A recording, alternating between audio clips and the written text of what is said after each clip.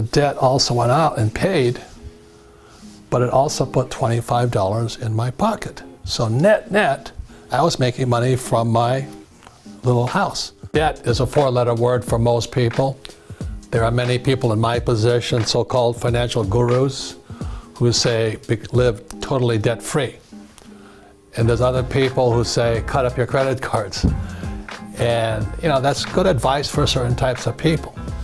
So you should definitely cut up your credit cards if you can't control your spending. You should definitely. But I don't know how people live without credit cards. I don't know how you can check into a hotel, rent a car, or go shopping and go out for dinner, but you should cut up your credit cards if you're a shopaholic. That's good advice.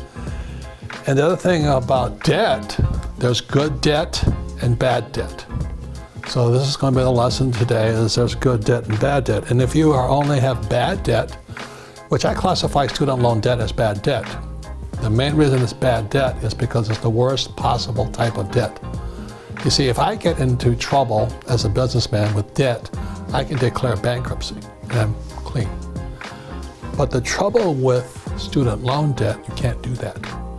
It hangs around your neck for the rest of your life. So if you're a student, you shouldn't take on student loan debt unless you absolutely 100% guaranteed that you will commit to graduating. So have you seen a lot of kids drop out of school? Oh, yeah. And so the problem with student loan debt is a person has to know what are they going to study. I have two friends, they're both medical doctors, and they came out of school with $500,000 in medical debt, in student loan debt, but they paid it off in 5 years.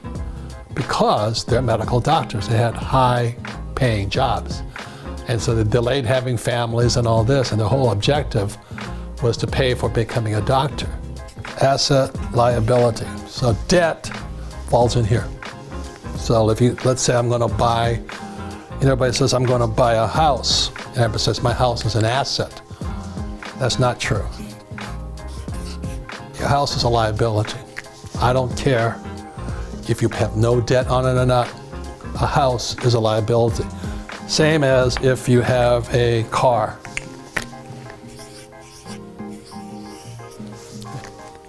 Car is a liability, and the reason for that is, as we talked about earlier, the 6 words that are basics of financial education, financial intelligence: income, expense, asset, liability, and the 2 other words are cash flow. So when you look at the average person, they have a job, money comes in here, they pay for their house, and the money goes to a bank through a mortgage.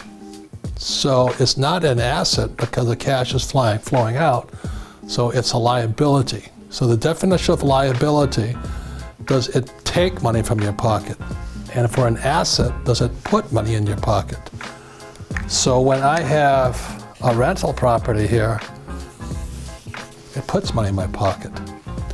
So if I live in the house, it's a liability, because even if I have no debt on it, I still have taxes, depreciation, repairs, and upkeep, insurance, and all this. When I rent a property, I've done a good job buying it and structuring it. Every month it sends me money. So I started off when I was 25, I had a little 1-bedroom condo, and it put $25 in my pocket. It was a start. So this was good debt. You see, the debt also went out and paid, but it also put $25 in my pocket. So net, I was making money from my little house. So today, my wife and I own 6,500 of them. And every month, 6,500 houses put money in my pocket. My people who live in them love me and all this because they have a place to live. But all of this comes from debt. So they're 100% finance here. It's all debt. So this is good debt.